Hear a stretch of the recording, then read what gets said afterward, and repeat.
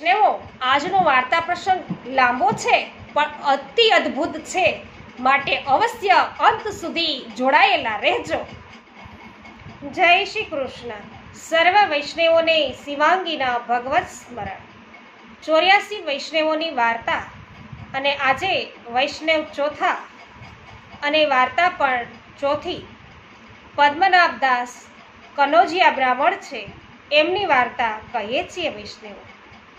તો આ પદ્મનાભદાસ મહાપ્રભુજીના સેવક છે અને તેઓ કનોજિયા બ્રાહ્મણ છે. એક વખત મહાપ્રભુજી છે એ કનોજ પધાર્યા અને ત્યાં પદ્મનાભદાસ છે એ દર્શન કરવા આવ્યા અને પદ્મનાભદાસે શ્રી મહાપ્રભુજીના મુખેથી શ્રીમદ ભાગવતનો પ્રસંગ છે એ સાંભળ્યો વૈષ્ણવ. અને તરત જ તેમને એવી સ્ફુરણા થઈ, એમને સમજાયું કે શ્રી મહાપ્રભુજી તો સાક્ષાત પરબ્રહ્મ છે અને તેઓ પૂર્ણ પુરુષોત્તમ છે એવું સમજાઈ જતા તેઓ શ્રી મહાપ્રભુજીને વિનંતી કરે છે કે કૃપાનાથ, કૃપા કરી અને મને નામ મંત્ર દીક્ષા છે અપાવો, મને નામ છે એ સંભળાવો. અને ત્યારે છે મહાપ્રભુજી એમને સેવક છે એ કરે છે. અને જ્યારે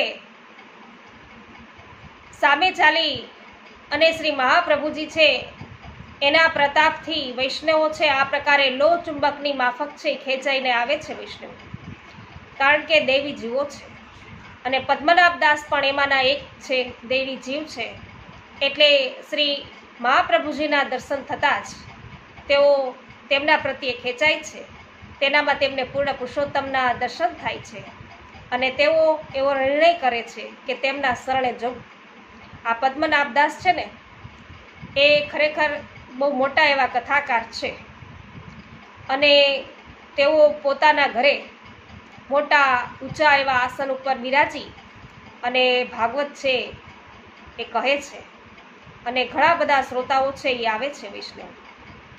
અને તેઓ છે એમાંથી જે કંઈ વૃત્તિ આવે છે એનાથી તેઓ પોતાનું ગુજરાન છે એ ચલાવે છે અને ઘર બેઠા જ એમને વૃત્તિ છે એ મળી જતી, એમને કમાવા ક્યાંય પણ જવું ન પડતું. અને પણ જ્યારે એમને શ્રી મહાપ્રભુજીનો પ્રતાપ બલ જોયો અને મહાપ્રભુજીના મુખેથી ભાગવતનો શ્લોક સાંભળ્યો કે તરત જ તેઓ એમના શરણે આવ્યા, નામ મંત્ર પામ્યા અને બ્રહ્મ સંબંધ પણ એમનું થયું. અને દામોદરદાસ સંભાળવાળાના ઘરે જ્યારે મહાપ્રભુજી બિરાજતા હતા ત્યારે તેઓ પણ પદ્મનાભદાસ છે એ ત્યાં આવે છે અને ત્યારે મહાપ્રભુજીએ પોથી છે એ ખોલી અને બધા છે અત્યારે એમના મુખેથી કથા છે એ સાંભળવા આવ્યા અને પદ્મનાભદાસ છે એ પણ એમને દંડવત પ્રણામ કરી અને બેઠા. ત્યારે શ્રી મહાપ્રભુજીએ એમને એક નિબંધનો શ્લોક છે એ સંભળાવ્યો છે બધાને. અને એ નિબંધના શ્લોકનો અર્થ શું છે વૈષ્ણવ? કે હંમેશા શ્રી ભાગવત છે એ ભાગવત શાસ્ત્રને પ્રયત્ન કરીને કોઈ પણ પ્રકારના હેતુ રહિત આદરપૂર્વક એમનો પાઠ કરવો.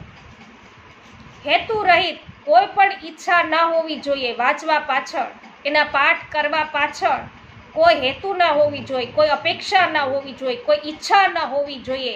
એ તો પ્રયત્નપૂર્વક નિષ્ઠાથી એમનો પાઠ કરવાનો છે અને એ પણ કોઈ પણ કામના વગર. અને પ્રભુ આગળ એમ કહે છે કે આ શ્લોકમાં કે કંઠે પ્રાણ આવી જાય તો પણ શ્રીમદ ભાગવતનો વૃત્તિ કરવા માટે, અર્થ ઉપાર્જન કરવા અર્થે ક્યારેય પણ ઉપયોગ ના કરવો અને તેના અભાવમાં જે રીતે બની શકે તે રીતે નિર્વાહ કરવો, પણ ક્યારેય ભાગવત છે એ નિર્વાહ અર્થે ક્યારેય પણ વાંચન કરવું નહીં, અથવા તો બીજી કોઈ પણ કામના અર્થે પણ ભાગવત છે એમનું વાંચન કરવું નહીં. અને આ શ્લોક છે એ પદ્મનાભદાસજીએ સાંભળ્યો અને પછી જ્યારે પ્રભુ આગળ દસમ સ્કંદની વાર્તા કહે છે એ પણ એ સાંભળે છે અને જ્યારે વાર્તા કહી લે છે ત્યારે તેઓ મહાપ્રભુજીની આગળ છે એ જળની અંજલિ ભરે છે અને એવો સંકલ્પ કરે છે કે આજ પછી ક્યારેય વૃત્તિ અર્થે શ્રીમદ ભાગવતનું વાંચન છે નહીં કરે, કથા નહીં કરે. ત્યારે મહાપ્રભુજી કહે છે કે તો પછી તમે વૃત્તિ કઈ રીતે કરશો, કઈ રીતે ગુજરાન ચલાવશો? માટે તમારે ભાગવત નહીં, પણ જો મહાભારત કેવું હોય તો મહાભારતની કથા અવશ્ય કહો. ત્યારે પદ્મનાભદાસ કહે છે કે હવે તો સંકલ્પ કર્યો છે, એટલે હવે કંઈ પણ છે એ વાંચીશું નહીં, કથા કરીશું નહીં. અને કહે છે કે તો પછી કઈ રીતે ગુજરાન ચલાવશું? તો કહે છે કે અમે તો અમારા યજમાનને ત્યાં જઈશું અને યજમાન છે એમના ઘેરે જઈ અને પછી ભિક્ષા છે એ યાચીશું અને વૃત્તિ છે એ કરીશું. એટલે તેઓ એ પ્રકારે યજમાનના ઘરે જવા લાગ્યા અને ત્યાં એમનું આદર સન્માન પણ થયું અને ખૂબ વૃત્તિ આપવા માટે તેઓ તૈયાર પણ થયા. પણ એમને હવે મનમાં ગ્લાનિ થઈ કે હવે તો મેં વૈષ્ણવ થયા. અત્યાર સુધી તો ખાલી ઉપવીત જ ધારણ હતું, હવે તો ગળાની અંદર માળા પહેરી, કંઠી પહેરી અને વૈષ્ણવ થયા પછી ભિક્ષા કરવી, માગવી એ તો ઉચિત નથી. એટલે પછી એવો નવો પાછો સંકલ્પ કર્યો કે હવે ક્યારે ભિક્ષા પણ ન માગવી. એટલે મહાપ્રભુજી પાછા પૂછે છે કે તો હવે આવો સંકલ્પ કર્યો તો કઈ રીતે ગુજરાન ચલાવશો, વૃત્તિ કેમ કરશો? તો કે ગમે તે કરીશું, કંઈ પણ વેચીશું, વેશ્યવૃત્તિ કરીશું. આમ કોડી પણ વેચી, લાકડા પણ લાવ્યા, ગમે તેમ કરીને પોતાનું ગુજરાન ચલાવ્યું. પણ એક વખત મહાપ્રભુજીએ સમજાવી દીધું કે શ્રીમદ ભાગવત છે એમનું ક્યારેય પણ વૃત્તિ અર્થે વાંચન ન કરવું. તે સંકલ્પ દ્રઢ કરી જ લીધો અને એમની આજ્ઞાનું એમને પૂર્ણતઃ પાલન કર્યું અને ગમે તેમ કરીને ગુજરાન ચલાવ્યું. તો વૈષ્ણવો આવા નિષ્ઠાવાન અને એમને આજ્ઞાવાન હતા કે એક વખત આજ્ઞા થઈ તો પછી હવે ક્યારેય પણ વૃત્તિ અર્થે ભાગવત છે ન વાંચવું. અને એક વખત મહાપ્રભુજી છે એ પ્રયાગ પધાર્યા હતા અને ત્યારે પદ્મનાભદાસ છે એ સાથે હતા ને એવામાં એક પ્રહર રાત્રિ વીતી ગઈ અને ત્યારે મહાપ્રભુજીએ પદ્મનાભદાસને એવી આજ્ઞા કરી કે તમે અક્કાજીને છે ને અહીં પધરાઈ આવો, એટલે સામે પાર જવું પડે. એટલે તેઓ તો તરત જ જેવી આજ્ઞા થઈ કે તેઓ તરત જ ચાલ્યા. રાત્રિની એક પ્રહર જતી રહી છે છતાં પણ તેઓ તો દોડ્યા કે આજ્ઞા થઈ છે એટલે હવે આજ્ઞાનું પાલન કરવું, એવા આજ્ઞા કરી. ત્યારે આજુબાજુમાં રહેલા બધા જે વૈષ્ણવો હોય, લોકો હોય એવું કહેવા માંડ્યા કે આ બ્રાહ્મણ તો બાવરો બન્યો છે, અત્યારે ત્યાં કોઈ હોય એક કઈ નાવવાળા ત્યાં નહીં હોય, કઈ રીતે એ પાર ઉતરશે? એનું કામ છે એ સિદ્ધ થવાનું નથી. પણ પદ્મનાભદાસને શ્રી મહાપ્રભુજીના વચનો ઉપર ખૂબ જ શ્રદ્ધા છે, વિશ્વાસ છે અને એને ખબર છે કે મારું કામ છે, કાર્ય છે એ પાર પડશે. ત્યારે તેઓ અહીં કાંઠે આવીને ઊભા છે, આમ તેમ નજર કરે છે. ત્યાં જ એક નાવ લઈ અને 10 વર્ષનો બાળક આવે છે અને પૂછે છે કે તમારે ક્યાં પાર જવું છે? તો કે હા, મારે પાર જવું છે. તો કે તો હું તમને પાર ઉતારીશ. એટલે પદ્મનાભદાસજી છે નાવમાં બેઠા, એમને પાર ઉતાર્યા અને આ 10 વર્ષનો બાળક ફરી પૂછે છે કે તમે કેટલી વારમાં આવો છો? તો હું તમારી રાહ જોઉં. તો કે હું 2 ઘડીમાં આવું છું. અને તરત જ તેઓ એમની રાહ જોવે છે અને તેઓ તરત જ અક્કાજીને લેવા માટે જાય છે.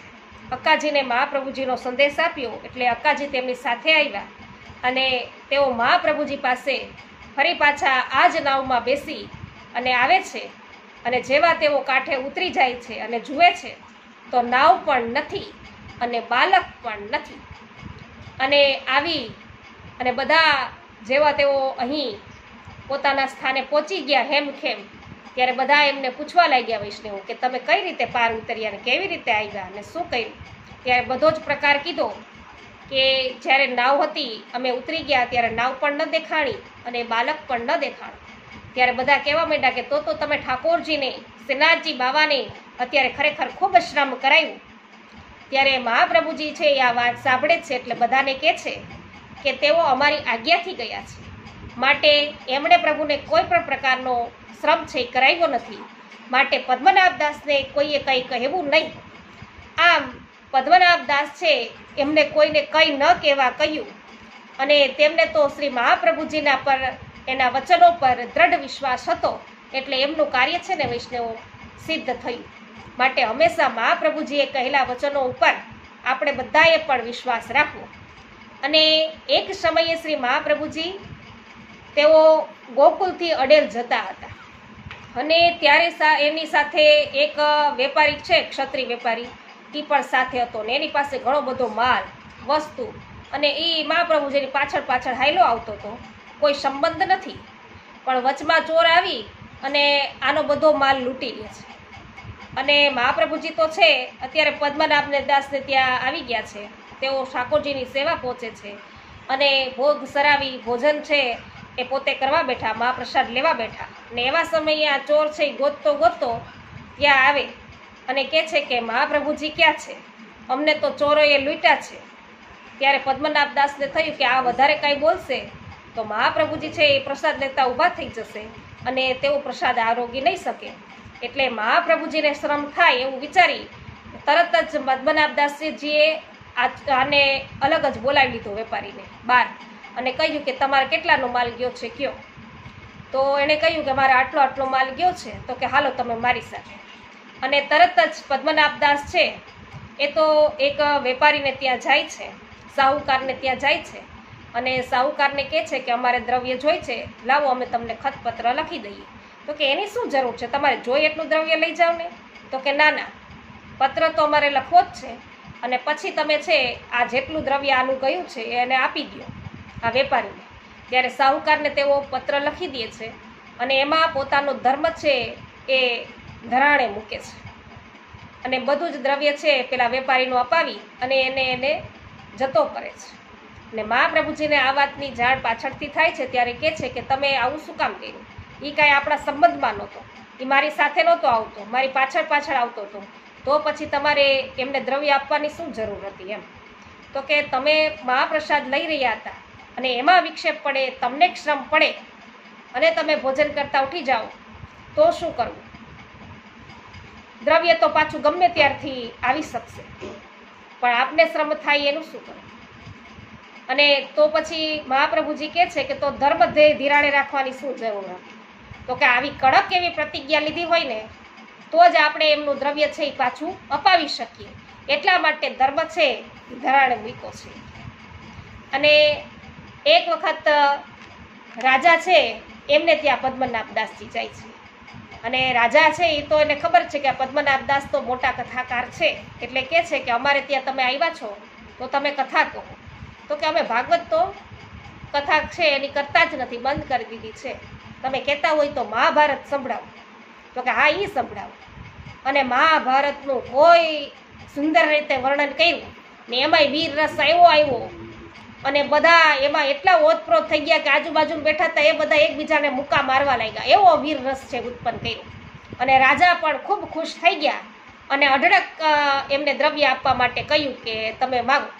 ત્યારે કહે છે કે મારે કશું નથી જોતું, પણ આ સાહુકારને ત્યાં અમે ધર્મ ધીરાણે મૂક્યો છે અને એ જે કંઈ વ્યાજ સહિત જે કંઈ માગતા હોય એ તમે ભરપાઈ કરી દો.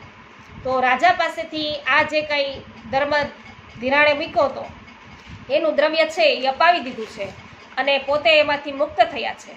આમ જ્યારે ભાગવત છે એ તો કરી જ નહીં, મહાભારતનું વાંચન કરી અને આ પ્રકારે ધર્મ છે એ રાખ્યો એમને અને આ જે દ્રવ્ય હતું લીધું હતું એના ઉપરથી તેઓ મુક્તિ પામ્યા. આ મહાપ્રભુજી છે એના ઉપર ખૂબ જ કૃપા રહેતી વૈષ્ણવો. એટલા મોટા તેઓ કથાકાર હતા, એટલી એનામાં તાકાત હતી કે ઘેર બેઠા ધડના ઢગલા થઈ જાય એમ હતા. છતાં પણ એક વખત મહાપ્રભુજીએ કહી દીધું, એ પછી ક્યારેય એમને ભાગવત છે એ વૃત્તિ અર્થે કર્યું જ નહીં. અને પદ્મનાભ દાસની એક બેટી છે અને એ એક કુંવાર, એટલે એમનો વિવાહ છે એ મહાપ્રભુજીના સેવક હતા એની સાથે સગાઈ છે એ પદ્મનાભ દાસજી છે એ નક્કી કરાવી અને એ સનોડિયા બ્રાહ્મણ હતા. ત્યારે એમને આવીને બધી વાત કરી ત્યારે એમની બેટી તુલસા છે બીજી મોટી, એમણે એમ કહ્યું કે આ સગાઈ તો ન થઈ શકે, આ સગાઈ તોડવી પડે. કેમ? તો કે આપણે તો કનોજિયા બ્રાહ્મણ છે ને એ તો સનોડિયા બ્રાહ્મણ છે. તો કે હવે જે થવું તો એ થઈ ગયું, તે મહાપ્રભુજીના સેવક છે અને બ્રાહ્મણ તો છે જ, પછી વૈષ્ણવ હોય તો બીજું શું જોવાનું હોય. તો કે ના, આ ન થઈ શકે, તમારે સગાઈ છે એ ફેરવવી પડે. ત્યારે તુલસાને એમ કહે છે કે તો અમારો આ અંગૂઠો છે એ તમે કાપી નાખો, આ અંગૂઠાથી અમે તિલક કરી અને સગાઈ નક્કી કરી આવ્યા છે. તો કે અંગૂઠો થોડોક કપાય. તો કહે છે કે સગાઈ પણ કેમ કપાય. એટલે બ્રાહ્મણને છે આ જે સનોડિયા બ્રાહ્મણ સાથે એમને પોતાની દીકરી છે એમનું લગ્ન છે કરી આપ્યું. જ્ઞાતિવાળાનું કાંઈ ચાલ્યું નહીં. અને વૈષ્ણવો ઉપર વૈષ્ણવનો કેવો એવો લગાવ હોય અને દ્રઢ વિશ્વાસ હોય એ અહીં છતો થઈ જાય છે કે પદ્મનાભ દાસને એક વૈષ્ણવ હોય તો પછી એને જ્ઞાતિ જાતિના કોઈ પ્રકારના વાડા રાખ્યા નથી, માત્ર વૈષ્ણવ હોવા જોઈએ. એ વાત છે અહીં એમને છે ઊભી રાખી છે વૈષ્ણવો. અને આ પદ્મનાભ દાસના ઘરે રોજે રોજ એક ક્ષત્રાણી આવે. એટલે એની દીકરી છે એ પૂછે છે કે તમે રોજ અમારી ઘરે કેમ આવો છો? ત્યારે એક ક્ષત્રાણી એને એમ કહે છે કે તમારા પિતા છે એ તો બહુ જ પ્રભાવી છે, મહાપુરુષ છે અને કેવા ભગવદીય છે, એટલે ભગવદીયના દર્શન થાય એ અર્થે અમે તો તમારા ઘરે આવીએ છીએ. અને મારી એક વિનંતી છે, જો તમે પદ્મનાભ દાસજીને કહો તો, કે મારે કોઈ સંતતિ નથી, એટલે મારા તરફથી તમે તમારા પિતાને આવી વિનંતી કરજો ને. એટલે તુલસાએ બધી વાત પદ્મનાભ દાસને એમના પિતાને કહી. ત્યારે પદ્મનાભ દાસે કહ્યું કે જળ ભરી લાવો. તુલસા છે એ જળ ભરી લાવ્યા. પછી પદ્મનાભ દાસે એ જળની અંદર શ્રીનું ચરણોદક છે એ મેળવ્યું અને ક્ષત્રાણીને કીધું કે આ જળ તમે લેજો, તમારે ત્યાં પુત્ર થશે અને તેનું નામ તમે મથુરદાસ છે એ રાખજો. આમ એક ક્ષત્રાણીને પુત્ર છે એ પદ્મનાભ દાસ છે એક વૈષ્ણવની કૃપાથી પ્રાપ્ત થયો વૈષ્ણવ. તો આવા પ્રભાવી પદ્મનાભ દાસ હતા અને આટલા પરમ ભગવદીય અને કૃપાપાત્ર શ્રી મહાપ્રભુજીના હતા. અને એક વખત તો પદ્મનાભ દાસ છે એમને ત્યાં રામદાસજી છે એ લગભગ મહિનો દિવસ રોકાય છે. અને એમના ઠાકોરજી છે એ પોતે એમ કહે છે પદ્મનાભ દાસને કે તમે જો મારા ઠાકોરજીને તમારા ઠાકોરજી સાથે સેવા પહોંચો તો હું છે એ ગિરિરાજ જઈ આવું, શ્રીનાથજી બાવાના દર્શન છે કરી આવું.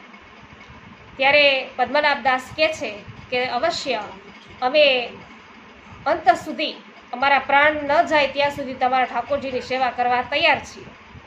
પણ ત્યાં મુગલો છે એમની ચડાઈ થાય છે અને આ રામદાસજીના ઠાકોરજી છે એ લોકો લઈ જાય છે. ત્યારે રામદાસજી છે એમના ઠાકોરજીને લઈ ગયા એટલે પદ્મનાભ દાસ છે દુઃખી થયા અને એમની પાછળ પાછળ ચાલ્યા અને એમના ઘરનાવને એવું કહ્યું કે જ્યાં સુધી ઠાકોરજી નહીં મળે ત્યાં સુધી હું ઘરે નહીં આવું, મારી રાહ જોતા નહીં.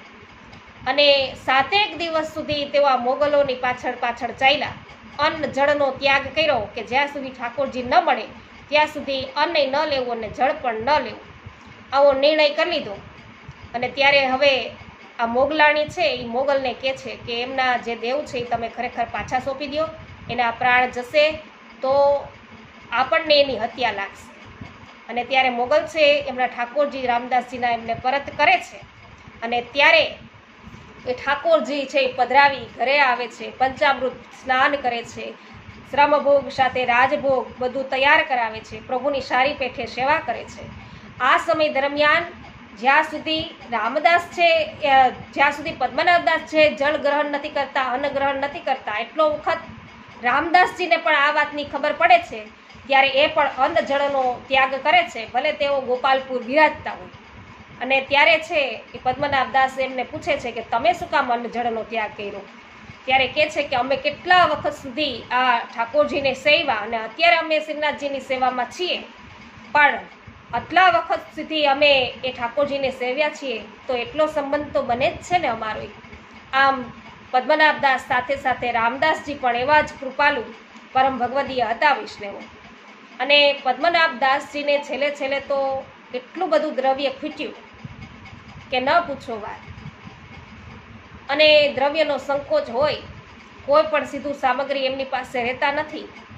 ત્યારે તે છોલાને બહુ સારી રીતે વીણી રાતે જ ભીંજવી રાખતા અને પછી દિવસે સારી રીતે તળી અને ઠાકોરજીને બધી જ સામગ્રીનું નામ લઈ લઈને મુઠ્ઠી પીરસતા જાય અને મુઠ્ઠી ભરીને કહેતા જાય કે આ દાળ છે, આ શાક છે, આ રોટી છે, આ ખીર છે, એમ ચણાની પોતે જુદી જુદી ઢગલીઓ કરી અને પ્રભુને ભોગ ધરે છે.